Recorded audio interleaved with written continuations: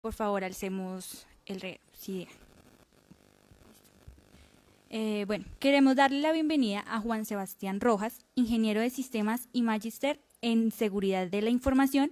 A continuación, dictará la charla Forense Digital y Software Libre. Por favor, un fuerte aplauso.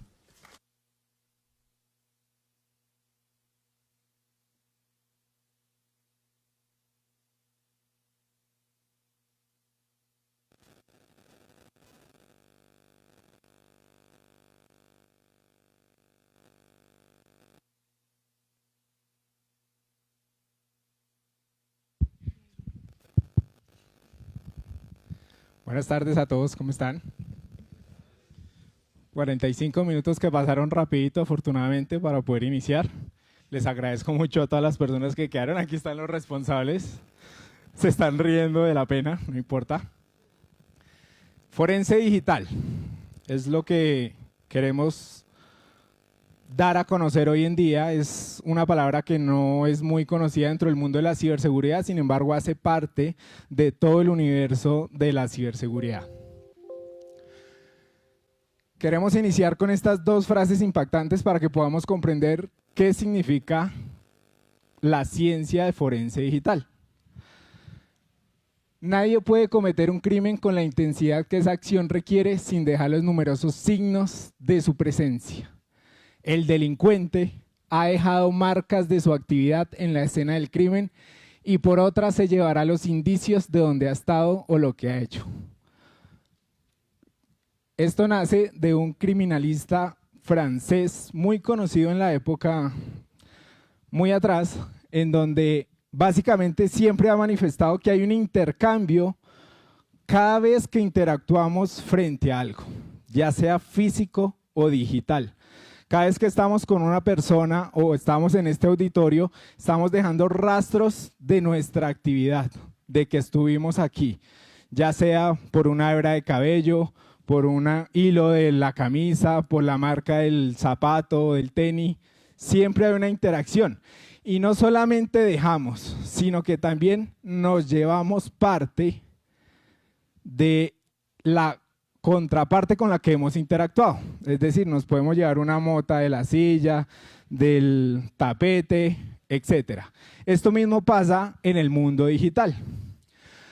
Por lo tanto, lo siguiente también es muy importante. Es imposible que un criminal actúe, especialmente bajo la tensión del momento del crimen, donde los maliciosos también se ponen nerviosos, ¿cierto? Y cometen errores, que durante esa tensión de la acción criminal no deje rastros de su presencia.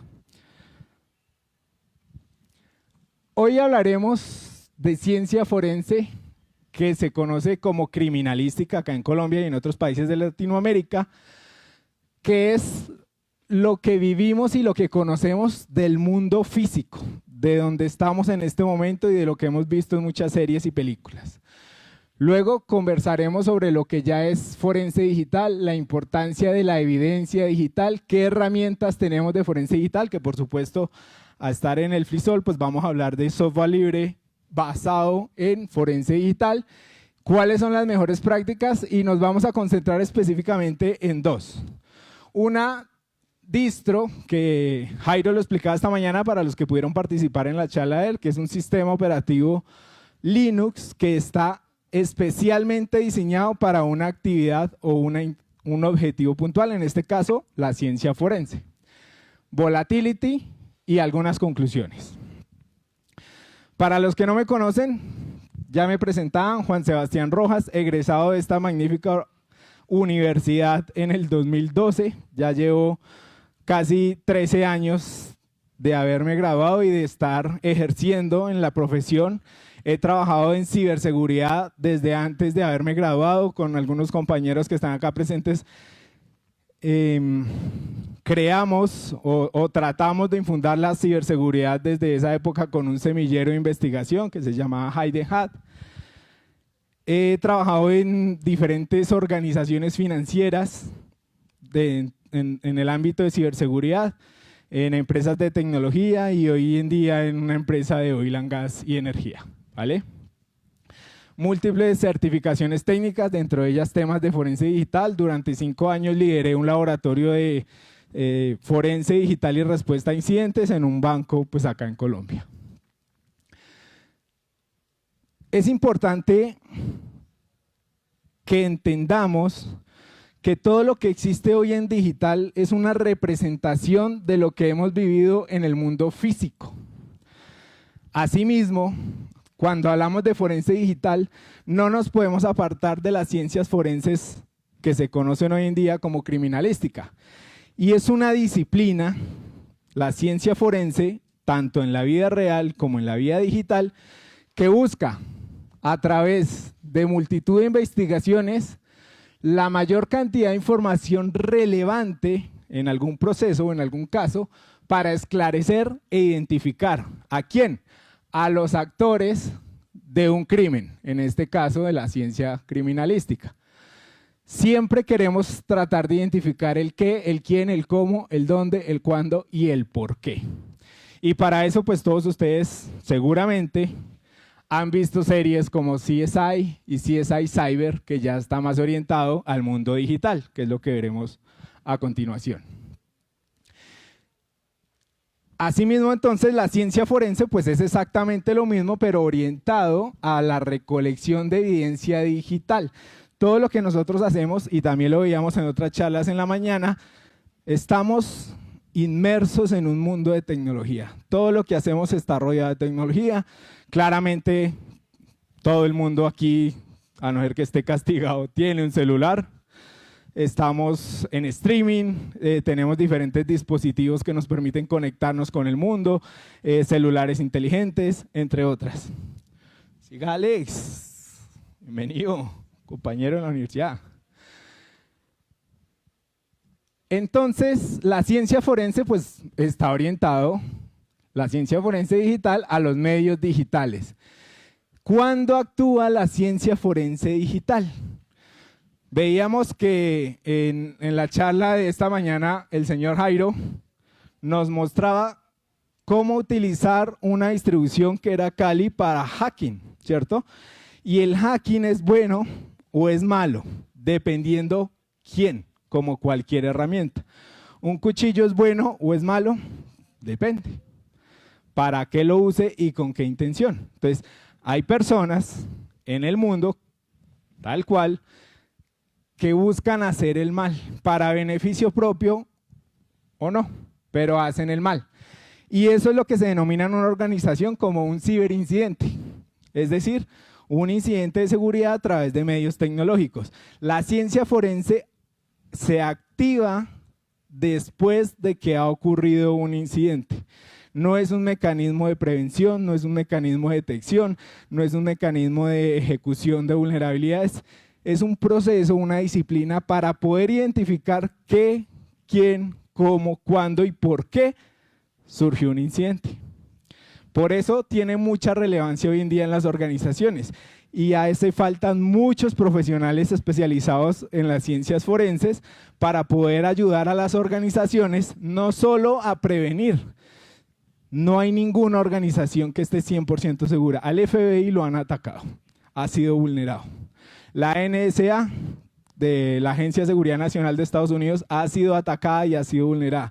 Los más grandes, con la cantidad de plata del mundo, han sido vulnerados. Entonces, la ciencia forense nos permite identificar qué pasó para a partir de ahí tomar acciones de mejora y fortalecer la postura de seguridad de cualquier organización. Por eso es muy relevante traerlo aquí a la universidad, compartir el conocimiento, porque necesitamos entender cómo los delincuentes están actuando y poder crear las contramedidas suficientes para que no lo sigan haciendo, por lo menos por ese camino. Los delincuentes siempre nos llevan un paso adelante, no tienen burocracia, no tienen documentación, no tienen control interno, no tienen auditoría, no tienen todos esos procesos que son importantes en las empresas, pero son desgastantes, ¿vale? ¿Qué queremos en la ciencia forense digital? Queremos identificar una evidencia que nos va a permitir tomar decisiones o llevar a juicio, de ser necesario a una persona o a un grupo de personas. Es importante que esa evidencia que nosotros hemos identificado la podamos preservar, es decir, garantizar su integridad, que no ha sido manipulada, que no ha sido cambiada o alterada. Gracias, muchachos. Ya tenía una chiquita, pero... por los 45 minutos que esperamos ahí.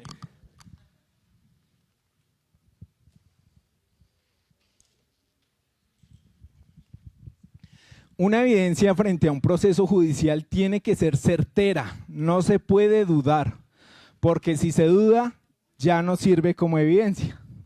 ¿Listo? Por eso es importante preservarla. Saber extraerla u obtenerla. Como estamos hablando de medios digitales, no es lo mismo que en el mundo físico. Si una persona, no sé, apuñala a alguien, ese cuchillo funge como evidencia, ¿cierto? Y le sacan el ADN y todo el tema, y la posición, y si la persona era grande, gruesa, delgada, alta, bajita, todo eso se puede interpretar a través de las ciencias forenses físicas. En el mundo digital, esto es muy importante, y es algo que vamos a ver más adelante. Una vez recolectada la evidencia que hemos identificado, preservado, extraído, debe ser analizada e interpretada. ¿Para qué? Para generar una hipótesis de qué pudo haber ocurrido. En el mundo del cibercrimen es muy importante saber cuál es el vector de ataque. ¿Para qué? Pues para cortarlo, para poner una contramedida o para bloquearlo. Y finalmente, aunque sea cansón, aburridor, harto, incómodo, si no se documenta de manera precisa, detallada y específica, la evidencia va a ser rechazada y no vamos a poder judicializar. Probablemente podamos tomar acciones de contramedidas, pero no vamos a poder judicializar a la persona. Y básicamente presentar es ya un proceso judicial o una acción administrativa en el caso de alguna organización que se detecte que hay un insider o una persona empleada de la organización que es la que está cometiendo el crimen.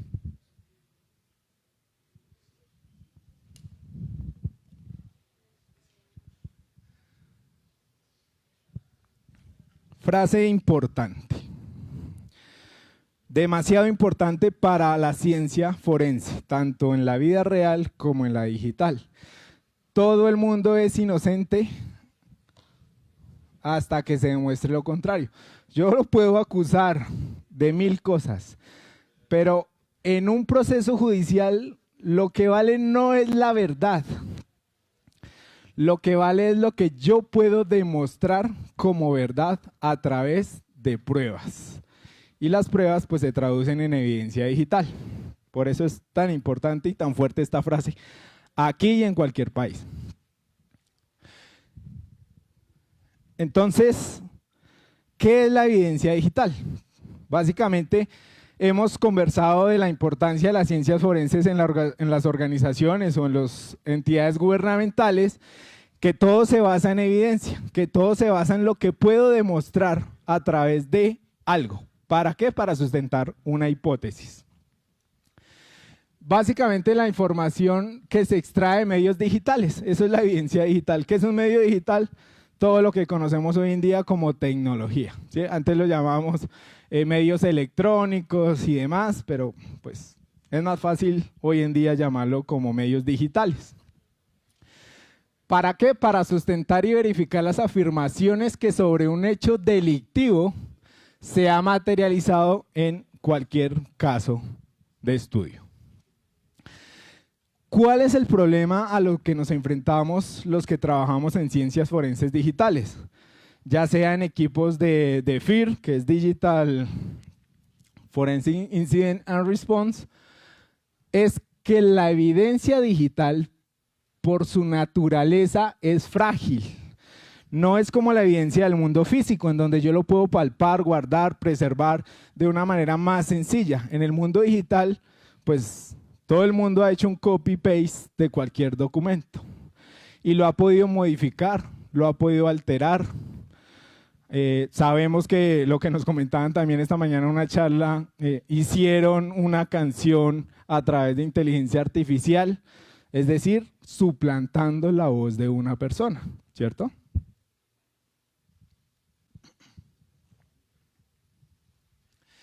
Entonces, la evidencia digital es volátil, es decir, se puede desaparecer fácilmente porque son unos y ceros almacenados en un hardware.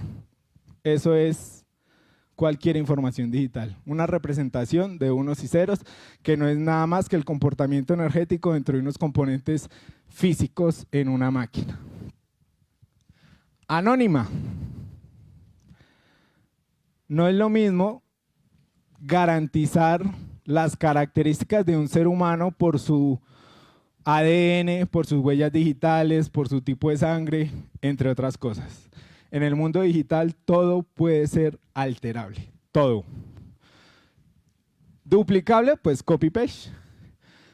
Modificable, pues se abre y se cambia, un 1 por un 0.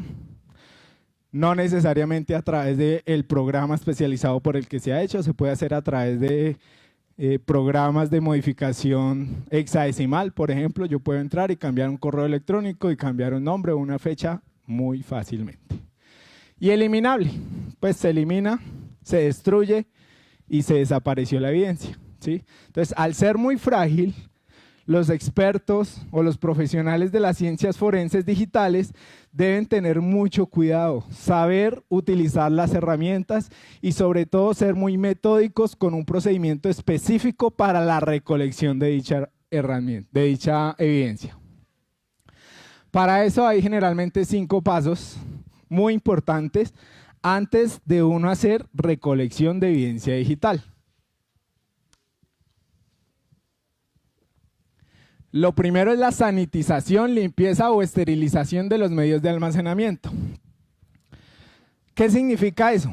Que si yo voy a almacenar información que va a fungir como evidencia digital en una USB, en un disco duro, debo ejercer un proceso de sanitización, porque al momento de yo presentarlo frente a un juez, debo poder demostrar que el medio en el que almacené esa información está completamente limpio y que no contiene otro tipo de información que pueda permear la investigación. Eso se hace a través de diferentes tipos de tecnologías o herramientas que existen hoy en día. Hay unos aparatos físicos que hacen borrado seguro de discos duros o de USBs, o hay programas de software que también hacen este tipo de borrados. Cuando ustedes eliminan un archivo en su computador portátil o en su celular, quiero que sepan que nunca lo eliminan, solo lo desaparecen de la tabla de enrutamiento que tiene el sistema operativo para leer el archivo. ¿Qué quiere decir esto? Que cada vez que ustedes le dan suprimir, si le dan suprimir solito se va para la papelera, si le dan shift suprimir se elimina. No se elimina. El archivo permanece ahí, en un espacio reservado del disco duro, hasta que ustedes guarden otro archivo y de manera aleatoria puede ser que ese archivo ocupe el espacio que tenía el otro archivo. Es decir, toda la información que ustedes eliminan a través de ciertos tipos de programas se pueden llegar a recuperar. Fotos, documentos de cualquier tipo, nunca se eliminan. ¿Listo? Para eso, para que se considere que se ha hecho un proceso de sanitización o eliminación segura, existe lo que se llama la sobreescritura del disco duro. Es decir, que estos programas lo que hacen es coger todo el disco duro y barrerlo con ceros. Preferiblemente se hace con un algoritmo que mínimo lo pasa 7 veces. 7 veces sobrescribe todo el disco duro para que ahí sí se considere que hemos cumplido con una limpieza o esterilización aceptable dentro de un proceso judicial. Hay, lo que les digo, programas, hardware, que garantizan a través de unos algoritmos que eso realmente se ha eliminado, y cuando ya uno hace un proceso de recuperación forense, efectivamente ya no encuentra absolutamente nada.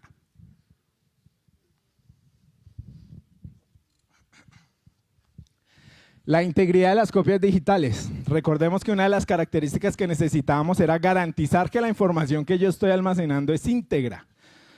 Y la única forma de garantizar eso es a través de la extracción de hash de los documentos, es decir, una firma digital que nosotros generamos de un documento específico.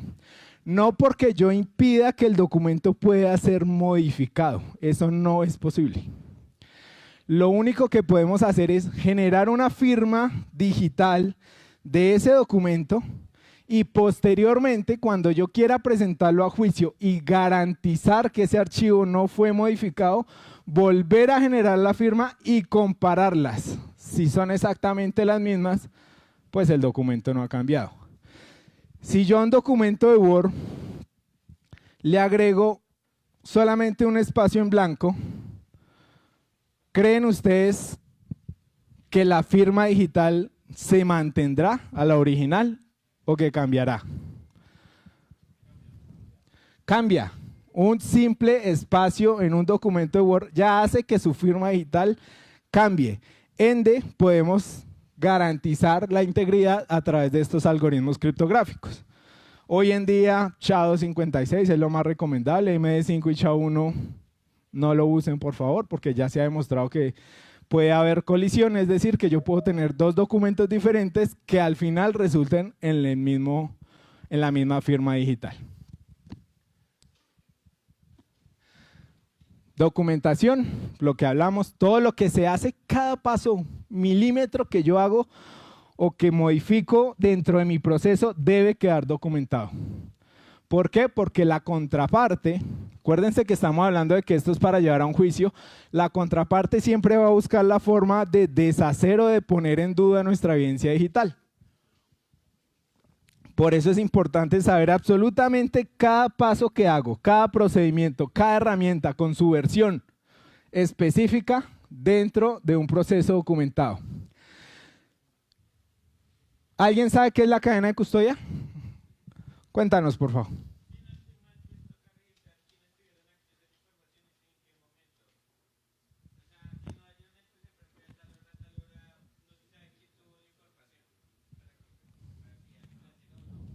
Perfecto, me lo guardan ahí para un premio. Sí, hay premios, entonces, pues ahí deben haber arduinos de los de Jairo. Excelente. La cadena de custodia es un documento formal en donde yo especifico cada paso, esa evidencia que yo estoy recolectando en dónde pasa.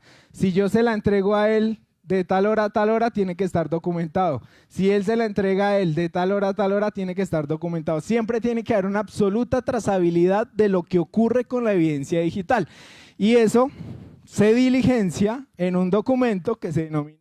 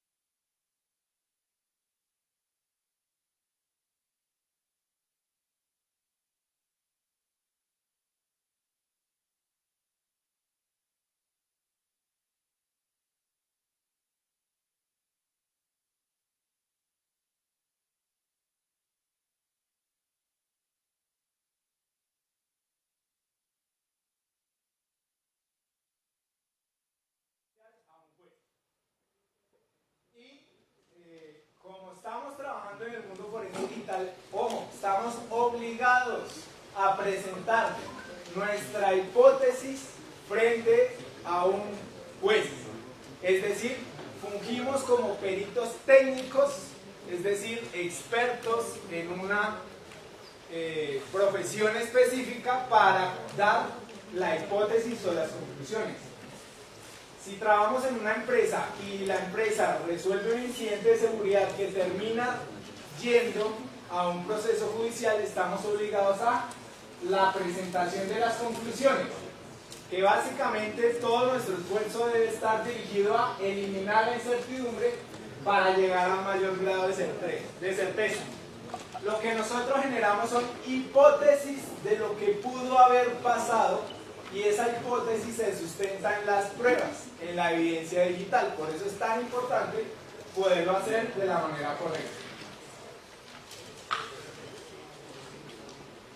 En ese sentido, como la evidencia digital es volátil, tenemos un orden de volatilidad, es decir, qué es lo que primero se nos puede esfumar como si fuera humo y qué es lo que podemos tener con mayor certeza. Pues lo primero es la memoria RAM. Todos aquí son ingenieros de sistemas, de electrónica, algo así. Entonces, bueno, la memoria RAM es ese componente de hardware que tiene un equipo de cómputo para mantener la información, entregársela a la CPU, y si la CPU recibe la orden, almacenarla en el disco duro.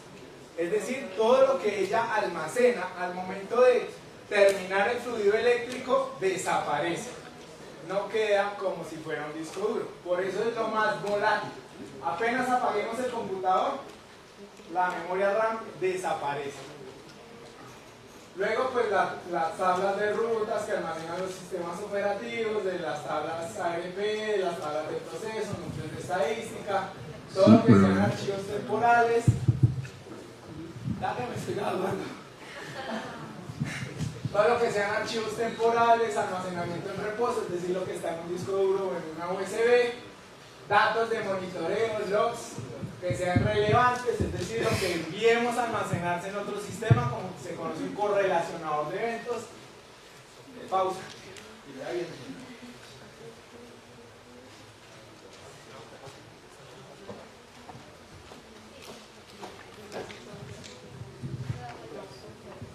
Digamos. Bueno, ya los temas físicos, topologías de red y medio de archivos, etc. Ese es como el orden de volatilidad, es decir, que las cosas más relevantes que nosotros debemos capturar es la memoria RAM, y es lo que vamos a ver más adelante a través de una herramienta que se llama volatility. Consideraciones legales. Esto es muy importante. Si fallamos en alguna de esas, el proceso judicial se cae. No podemos condenar o mostrar la evidencia suficiente para que el juez condene a una persona. Nosotros no condenamos a nadie. Todo el mundo es inocente hasta que se demuestre lo contrario. La evidencia digital debe ser admisible, auténtica, completa, confiable y creíble. Adverbios muy poderosos, muy poderosos. Admisible. Tiene que tener unas reglas legales antes de ser puestas en una corte. Es decir, por ejemplo, ¿alguna vez los han grabado en un audio? ¿Ustedes han dado el consentimiento para que los puedan grabar? No. Eso quiere decir que esa conversación, señor, ¿no? Pensé que iba a gastar por. Si ustedes no dan el consentimiento de que graben su voz en una conversación, esa evidencia no es admisible ante un juez, y ustedes ahí podrán echarle la madre al que quieran. No los van a poder condenar. Por eso, cada vez que ustedes llaman a un call center, lo primero que les dicen es: esta llamada está siendo monitoreada y grabada. Si usted desea continuar, entonces siga hablando, si no, cuelgue. Cuando ya le dan la advertencia y usted sigue conversando, de manera implícita usted ya está dando la autorización para que esa conversación sea admisible. Ustedes entran a una organización, a una universidad, a un centro comercial, y está rodeado de cámaras, ¿cierto? Si en ese lugar no está explícito un letrero que diga: usted está siendo grabado y monitoreado, usted ahí puede hacer lo que quiera. Y ese video no va a ser admisible ante un juez, porque usted no está dando la autorización de que lo graben. Ahora, si el lugar sí tiene letrero y usted continúa en el sitio, el solo hecho de mantenerse en el sitio ya está dando una autorización implícita. Entonces tenemos autorizaciones explícitas e implícitas. Explícitas cuando usted directamente dice: sí, autorizo. Implícita es cuando le ponen la advertencia: oiga, usted está siendo grabado y monitoreado, ¿desea continuar? Si continúa es porque autoriza. ¿Listo? Si alguien tiene alguna pregunta, levante la mano sin ningún problema. De una.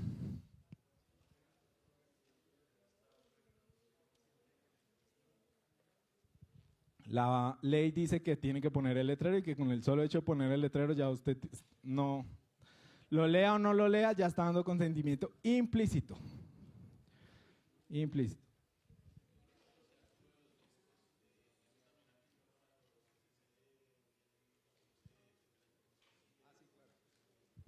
Sí, nada se elimina. El sistema operativo solo lo quita de la tabla de direccionamiento donde le dice dónde está el archivo y dónde encontrarlo. Pero el archivo se queda ahí. Entonces, con procesos forenses, con herramientas como la que vamos a ver ahorita acá en Linux, podemos recuperar toda la información que creímos que se ha perdido. Dale.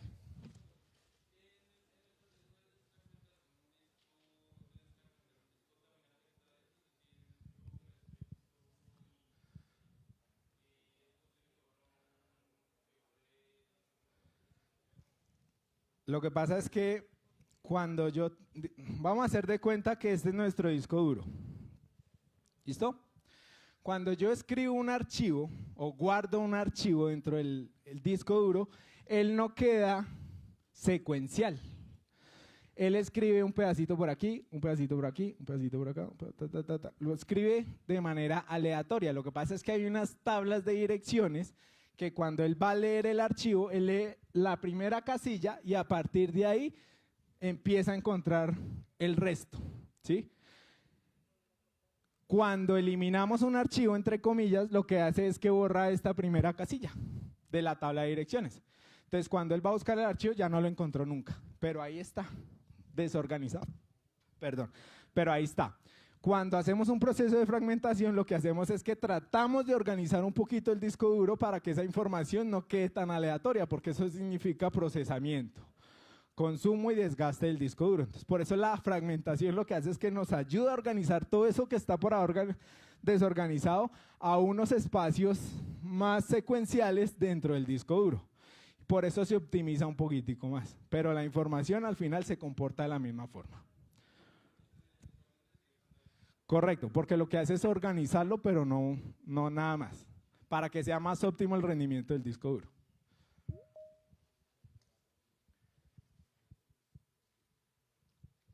¿Listos? Y vamos en que es admisible, auténtica, completa, confiable y creíble. Bueno, auténtica, que se garantice que no ha sido pues alterada, modificada o lo que sea, que ya lo explicamos hace un ratico. Completa. Acuérdense que yo les he mencionado que lo que nosotros hacemos es generar una hipótesis a través de un proceso de trazabilidad de un comportamiento que me permite responder el qué, cómo, cuándo, dónde y por qué. Si eso no cuenta una historia y no solo una perspectiva en particular, tampoco sirve como evidencia, ¿sí? No sirve decir, yo lo vi entrar y hasta ahí. No, tiene que ser, salió de la casa a tal hora, pasó por aquí, pasó, se conectó, entró adentro, hizo esto, hasta que cometió el delito. Tiene que ser una historia completa, no parcial. Confiable, lo que les comentaba ahorita, muy alineado al tema de que sea admisible. Debe saberse, por eso el tema de la documentación es tan importante, de saberse cómo se recolectó, posteriormente cómo se manejó y que nadie ponga en duda su autenticidad y veracidad. En un juicio hay dos conclusiones para dejar a una persona en libertad: inocente y no culpable. Son cosas muy diferentes. Inocente es que se demostró a través de las evidencias que la persona efectivamente no cometió el delito. Y no culpable es que las pruebas que se presentaron no pudieron corroborar su autenticidad y veracidad. Recuerden lo que les dije, en la ley no vale la verdad, solo vale lo que se puede probar. Y si las pruebas son ineficientes, la persona termina el juicio en no culpable. Que En muchos casos la persona sí es culpable, pero no pudieron demostrar el caso, entonces simplemente pues salió. Y creíble, bueno, que la hipótesis que nosotros estamos presentando, soportadas en evidencias digitales, pues efectivamente lo pueda creer un juez para que pueda tomar una decisión y realizar el proceso de condena.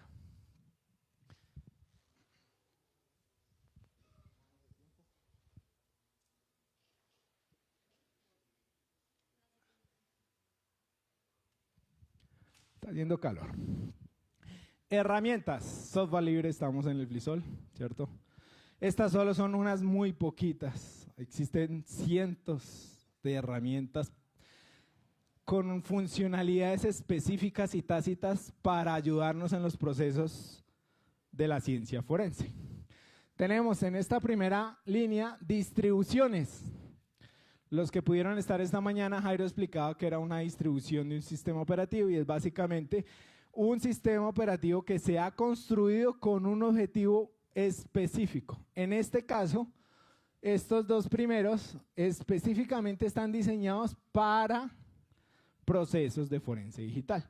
Y Kali Linux, a pesar de que es una distribución de seguridad ofensiva para auditorías de seguridad, tiene un módulo de forense digital.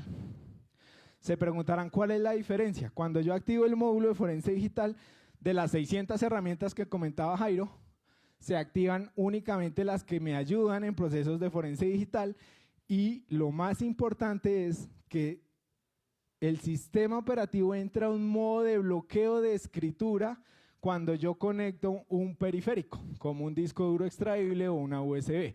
¿Para qué se hace eso? Para evitar manipular la evidencia cuando yo la conecto al dispositivo. Cada vez que yo conecto algo, recordemos el principio de Locke. Hay una interacción entre las partes, una parte se queda con una cosa, la otra parte se queda con la otra cosa.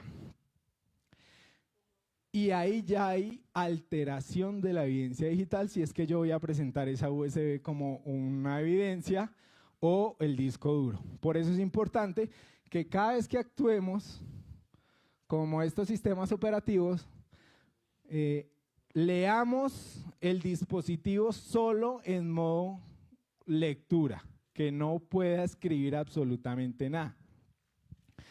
Un caso muy particular es que cuando hace algunos años el Ejército Nacional invadió un país para matar a unos personajes guerrilleros, encontraron unos portátiles con información demasiado clasificada. Esa información hubiera bajado a medio grupo político. Resulta que los soldados se emocionaron, abrieron los portátiles, los prendieron y solo consultaron los archivos. No tocaron nada más, solo consultaron los archivos. Cuando eso se fue a presentar ante un juez, resulta que el solo hecho de haber prendido los dispositivos portátiles después de la hora de recolección ya se consideró una alteración de la evidencia digital y se consideraron inadmisibles solo por abrirlos, porque el sistema operativo arranca y el man hace cosas. Por eso estas distribuciones siempre arrancan cualquier dispositivo en modo de solo lectura. ¿Listo? ¿Preguntas? ¿Bello público? ¿Listo? ¿Sí? ¿No? Volatility, la que vamos a ver ahorita, que básicamente es una herramienta que está diseñada todas son de software libre. Mentiras, todas no. Ya les digo cuáles no. Para poder extraer información de un volcado de memoria. Ya ahorita hablamos de eso. Autopsy, bueno, estas son un conjunto de herramientas que están diseñadas para todos temas forenses, extraer información, generar dumps de memoria, herramientas para los que no crean. Windows tiene un conjunto de herramientas que son libres, que se llaman sysexternal, de uso libre, ¿no? No significa que sean GNU, sino que son de uso libre, no requiere licenciamiento. Son muy implementadas para procesos de forense digital en sistemas operativos Windows.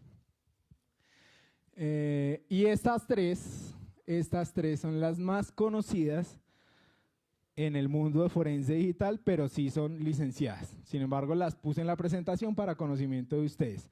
Son las más utilizadas, las más famosas, tienen unos poderes de procesamiento increíbles, se pueden hacer recolecciones de evidencia en horas. Ustedes creerán que horas es mucho tiempo, pero si yo utilizo un proceso forense para leer un disco de 4 teras, me puede demorar 2 semanas. ¿Sí? Porque él tiene que analizar, indexar esa información para que yo después pueda hacer consultas más fácil. Y estos tienen unos procesos, unos poderes de procesamiento increíbles. Dentro de Access Data hay una herramienta que vamos a ver ahorita, que es FTK Imager, que es de uso libre y me permite extraer o validar información de manera básica, pero es muy buena. ¿Hasta ahí cómo van? ¿Abrumados, deprimidos, ansiosos, tristes? O más bien como que este mundo aguanta para dedicarnos y ganarnos la vida. Faltan muchos profesionales en los procesos de forense digital y respuesta a incidentes. Esta presentación es una motivación para que lo vean como un camino profesional y puedan dedicarse a él. Es muy bonito y muy buen pago. Listo. Consejos para todo el proceso que hemos visto hasta el momento. Generar los suficientes registros de eventos. Ojo, hemos visto hasta el momento cómo recolectamos información de un único dispositivo, pero en una organización podemos tener 100 servidores, 2.000 servidores, 5.000 servidores. En organizaciones grandes en donde espero que todos ustedes entren a trabajar o creen su propia empresa. Entonces, debo poder la única forma de que yo pueda tener trazabilidad de algo es a través de los eventos. Si yo no recopilo eventos, no voy a poder generar la trazabilidad de algo. Entonces, por eso es consejo principal. Saber dónde buscarlos. Eso es lo más abrumador cuando uno está empezando en el mundo de forense digital, porque uno dice, bueno, ¿y qué? Tanta información, teras de información, ¿y yo qué hago? La experiencia poco a poco les irá abriendo el camino para que sus procesos de investigación sean más óptimos. Dependiendo del tipo de incidente, yo sé a dónde me tengo que orientar a mirar. Si yo tengo un panorama inmenso, termino no encontrando nada. Pero si yo entiendo el comportamiento del incidente, que puede ser cualquiera, phishing, suplantación de identidad, malware, un malware pero de ransomware, etcétera, yo poco a poco voy sabiendo a dónde tengo que ir a buscar para no perder mucho tiempo. Las primeras investigaciones van a perder mucho tiempo y no importa, es aprendizaje. Pero poco a poco lo van a ir afinando y lo van a ir haciendo mejor.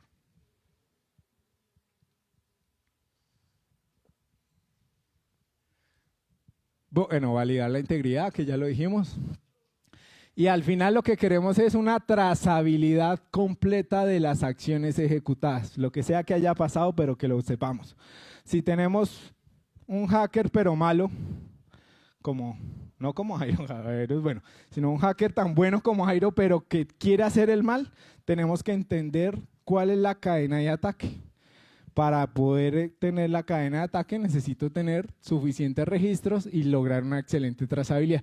¿Y qué es la trazabilidad? Pues es la capacidad de rastrear, reconstruir o establecer relaciones entre objetos. Es decir, si yo sospecho que me están siendo infiel, entonces ¿cuál es la trazabilidad de esta persona durante todo el día para saber si me está siendo infiel o no? Eso mismo de la vida real, recuerden que lo primero que dijimos es todo el mundo digital es una copia de la vida real. ¿Y para qué queremos tener trazabilidad? Pues, para poder tener una excelente trazabilidad necesitamos una buena auditabilidad, que son registros claros, completos y efectivos de los eventos de una acción. Entonces, muchas veces confundimos auditoría con trazabilidad. Auditoría solo es un evento. Trazabilidad es la sumatoria de varios eventos para poder determinar una historia.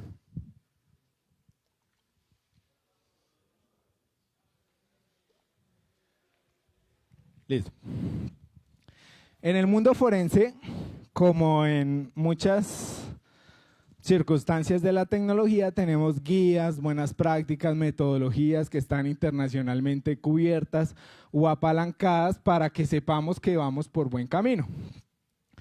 En este caso, de lo más sencillo que pude traer a esta sesión, existen los RFCs. Para los que no sepan, básicamente los RFC son los que han construido la tecnología en todo el mundo. Son los que definen cómo funcionan todos los protocolos de Internet, por ejemplo. A partir de los RFC yo puedo llegar a construir o a mejorar cosas porque es conocimiento abierto al público de las mejores prácticas o guías sobre cualquier tema.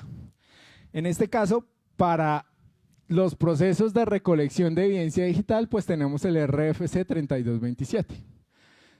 Lo pueden anotar para que lo consulten más tarde, más adelante.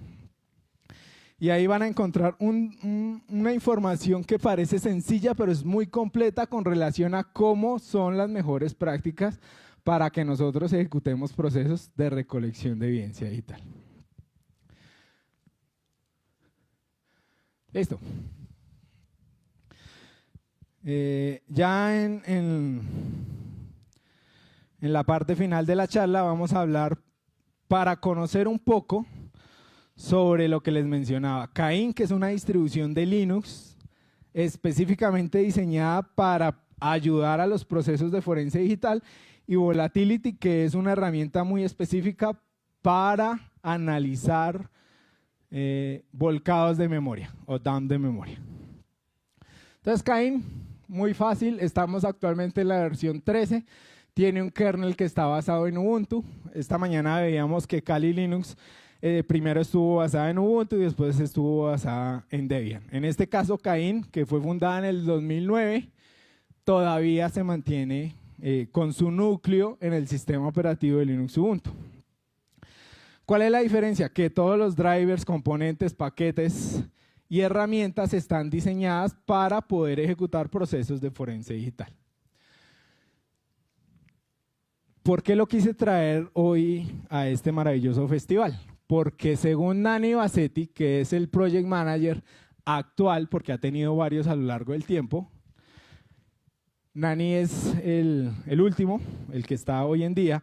Para él, Cain todavía, después de que han pasado tantos años, recuerden que la primera versión salió en el 2009, todavía mantiene el espíritu de la filosofía open source, porque el proyecto es completamente abierto.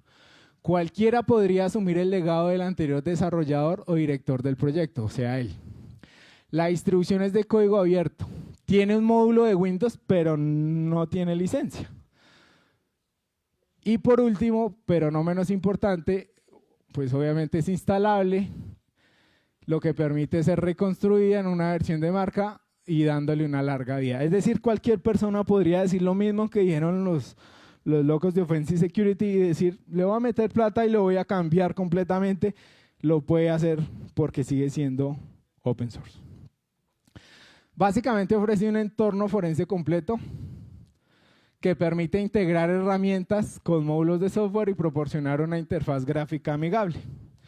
Para los que están empezando en todo este mundo, una interfaz gráfica pues le permite mejorar sus procesos, ¿no? Es más complicado cuando todo es a nivel de terminal. Características: entorno interoperable, interfaz gráfica y herramientas fáciles de usar. ¿Qué herramientas tenemos? 10 minutos. Cuando nosotros arrancamos el sistema operativo, aparte de tener todas las herramientas básicas de Ubuntu, recuerden que el core es Ubuntu, pues tiene una organización de herramientas forenses. Encontramos una gran cantidad de herramientas que nos permiten ejecutar diferentes tipos de procesos y también están organizados por diferentes metodologías. Entonces, por ejemplo, para hacer análisis, para mirar bases de datos, discos, para generar hash, para analizar malware. Dentro de una de las cosas que puede llegar a ser un forense digital es análisis de malware, ¿cierto? Es entender cómo funciona un malware para poder generar mecanismos de protección. Ese es otro mundo bastante interesante. Análisis de memoria forense, análisis de dispositivos móviles, de red, todos temas de OSINT. ¿Alguien sabe qué es OSINT? No hay más premios, pero para ayudar al público. Extraer información no solo de las redes sociales, sino de cualquier sitio público. ¿Eso qué quiere decir? Que yo no necesito pagar o meterme en algún lado de manera ilícita, sino que a través de toda la información que está pública pueda concentrarla y generar datos importantes o relevantes de una persona. Muchas gracias, es correcto.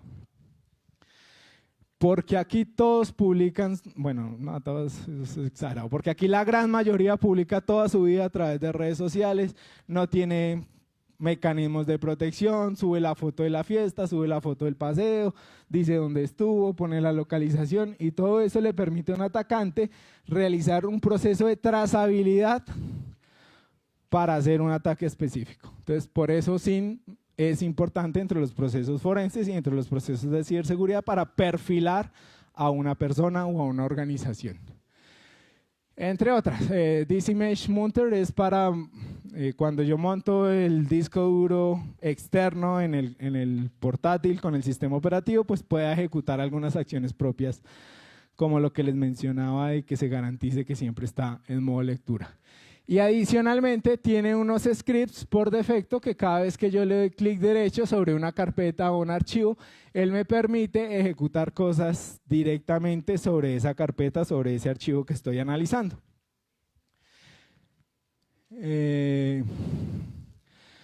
Los archivos como Word, fotos, Excel, PDFs, contienen información oculta que no todo el mundo conoce.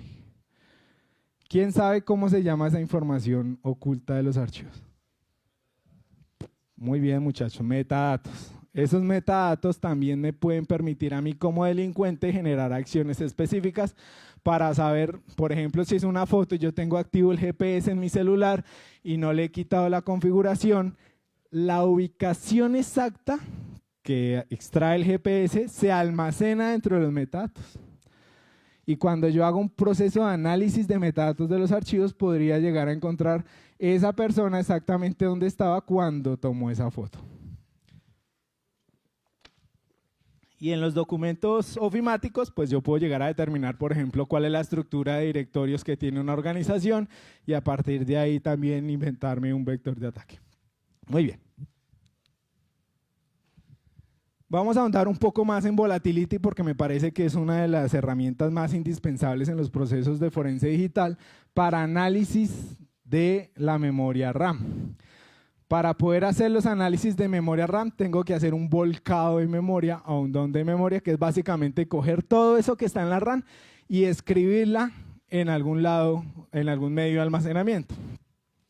Entonces volatility pues corresponde eso. Un framework, un marco de trabajo, una herramienta, una plataforma que ha sido diseñada, por Volatility Foundation, que es una organización independiente sin ánimo de lucro y mantiene problemas open source. ¿Listo? Por eso está aquí en esta sesión. Nació en el 2007, es decir, 2 años antes que cae en Linux. Nació en el Black Hat, se lanzó la primera versión y hasta el momento las investigaciones se habían centrado solo en imágenes de discos. O sea, hasta el 2007 los expertos o profesionales de las ciencias forenses generalmente hacían todas sus investigaciones en los medios de almacenamiento, ignorando completamente todo lo que ocurría en la memoria RAM.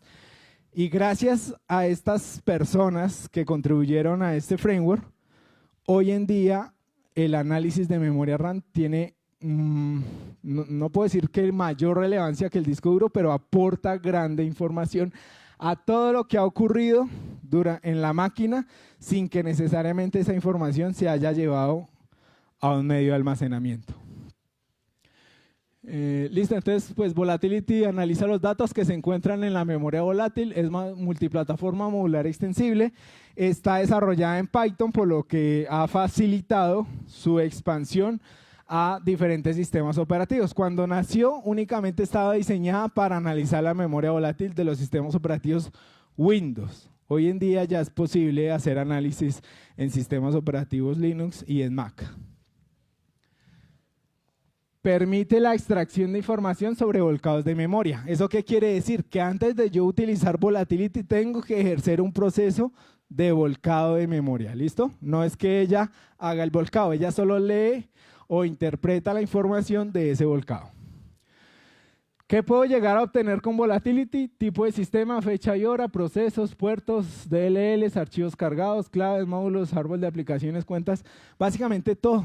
Todo lo que el sistema operativo necesita siempre se lleva a la memoria. Cada vez que yo abro un archivo, el archivo se carga en memoria. Solo cuando yo le doy guardar es que el sistema operativo coge ese documento y lo almacena en el disco duro. Antiguamente nosotros sufríamos muchos porque nunca nos acordábamos de guardar los documentos y no teníamos portátiles, sino escritorios, computadores de mesa, se iba la luz, llevábamos 4 horas haciendo trabajos de la universidad y se perdía todo. Hoy en día es más fácil porque ya tienen procesos de autoguardar, entonces lo guardan temporales y ya casi no se sufre eso, pero antiguamente se sufría mucho, porque cada vez que yo abro un archivo, él se carga en memoria.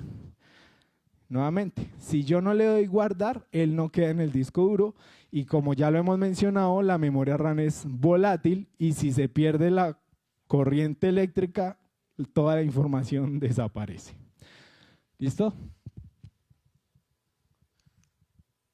Entonces, aquí un paso a paso muy chiquito de cómo podemos hacer un volcado de memoria para que ustedes lo puedan practicar en casa. Descargan FTK Imager, que como les digo es gratuito, no es open source porque el código no está abierto, pero si es gratuito, no tiene licencia. Lo bajan de la página de FTK, de Access Data FTK, creo que les pide el correo electrónico institucional, ustedes lo ponen ahí, lo pueden descargar y una vez lo han descargado, una de las opciones es capturar la memoria.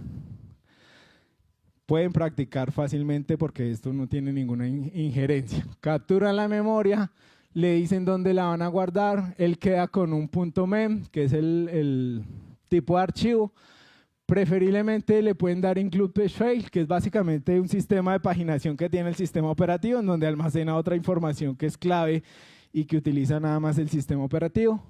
Esto no es necesario, esto es básicamente crear un archivo de Access Data que se procesará en el software licenciado que ya les había mencionado, entonces este no. Y ya una vez él finaliza, ustedes ya tienen un archivo .mem, que ese es el que vamos a utilizar con Volatility. ¿Qué podemos hacer en Volatility? Vamos a ver unos ejemplos muy sencillos.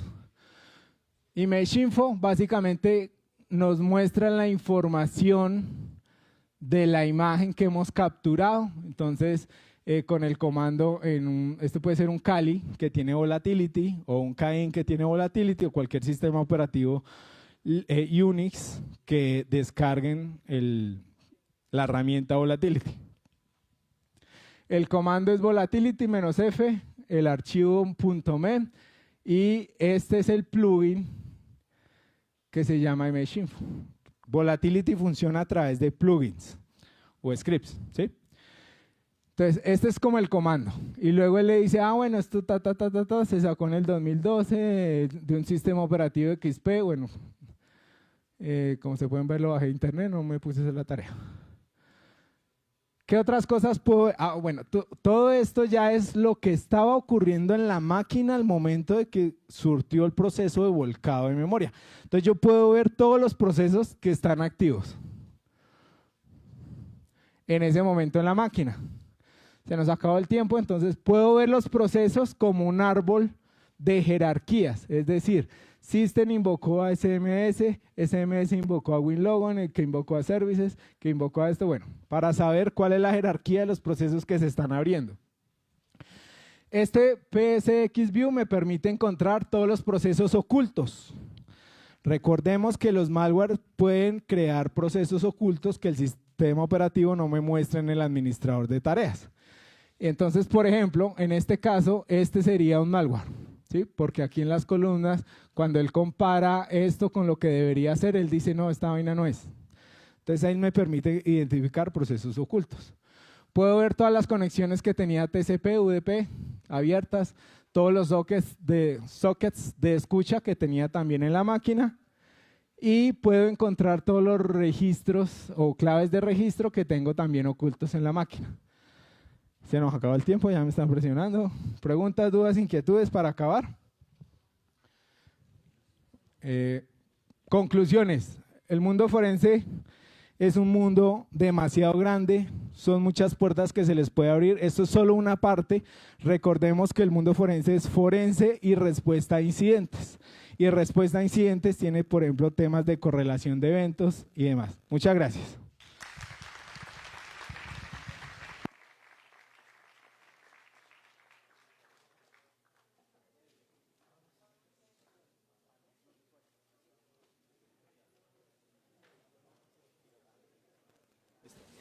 Bueno chicos, antes de terminar la charla, vamos a hacer una pregunta y al que conteste pues se le da un premio. Entonces, pues a continuación. Pues.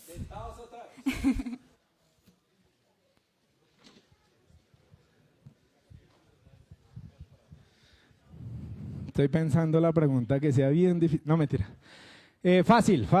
¿Quién me recuerda cuál es el principio del OCAR, aunque no sea literal? Levanto la mano.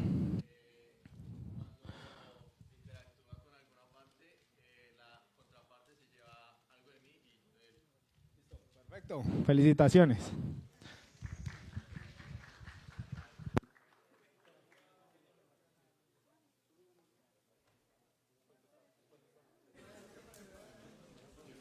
Bueno, y para finalizar, queremos darle un fuerte agradecimiento al ingeniero Juan Sebastián Rojas por brindar la charla Forense Digital y Software Libre. Un aplauso, por favor.